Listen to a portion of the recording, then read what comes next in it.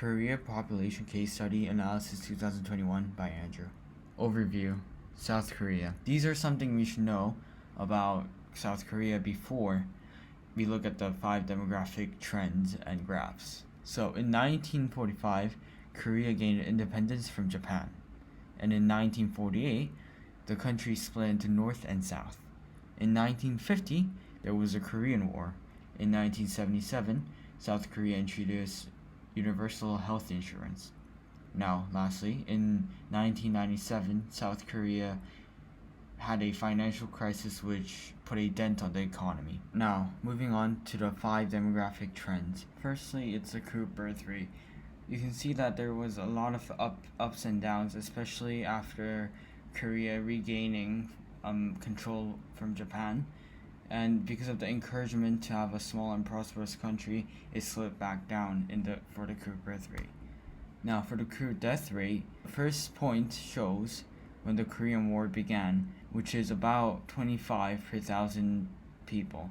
And compared to the rates between 1985 to 2019, it's almost 5 times the amount. Now, total fertility rate. Because of the encouragement from the government, the fertility rate has started to sink down, but it's a gradual sink. Fourth is the infant mortality rate, and it also starts at 1960, where people had started to have less kids, meaning there were less kids being born. Because of that, the mortality rate has also decreased. Finally, there's a life expectancy. The life expectancy had a sudden drop because of the pandemic with influenza.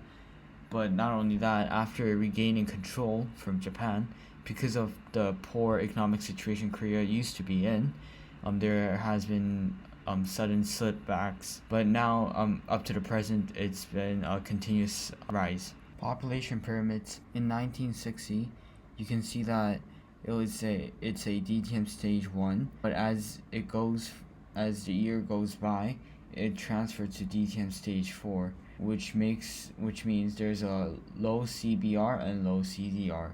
Now that means there's a high dependency ratio, but there isn't enough working population to cover for that dependency ratio. Population distribution. Because of how densely populated places are, Korea is doing a reclamation of land, such as the Saemangeum, as you can see over here. Everyone is able to get good and affordable healthcare systems, which is especially good for the elder, and it's a great place for retirement, which also relates to why it's such a populated country. Now, if you look at the physical distribution, 70% of Korea is considered mountainous, which is why northeast side of South Korea is not populated. But on the other hand, the northwest is most populated. Not only that, it has natural resources such as coal, tungsten, graphite, molybdenum, and lead. Population plan. The main problem I see is the decreasing fertility rate and the crude birth rate. With these decreasing, there are increasing concerns of decreasing population and increasing dependency ratio. Even without counting COVID-19, in 2020, Korea's population has decreased by about 20,000 according to the SCMP. Now, it is also predicted that it'll only get worse with years, and especially with COVID-19, the pandemic. Now, with long-term effect, the dependency ratio will increase, and not enough people will be working to support the elderly. The current main population policies are: if you're pregnant, you'll get an additional $500, and if you have a child under the age of 5, you get $100 per year. The solution: to encourage people to have more children, the best way would be to decrease tax for each child a couple has. So here's a short-term effect. Short-term effect is that because of the money spent on trying to regain the population, the government will start to lose their money and will not have enough money to spend it on other things such as healthcare and infrastructures.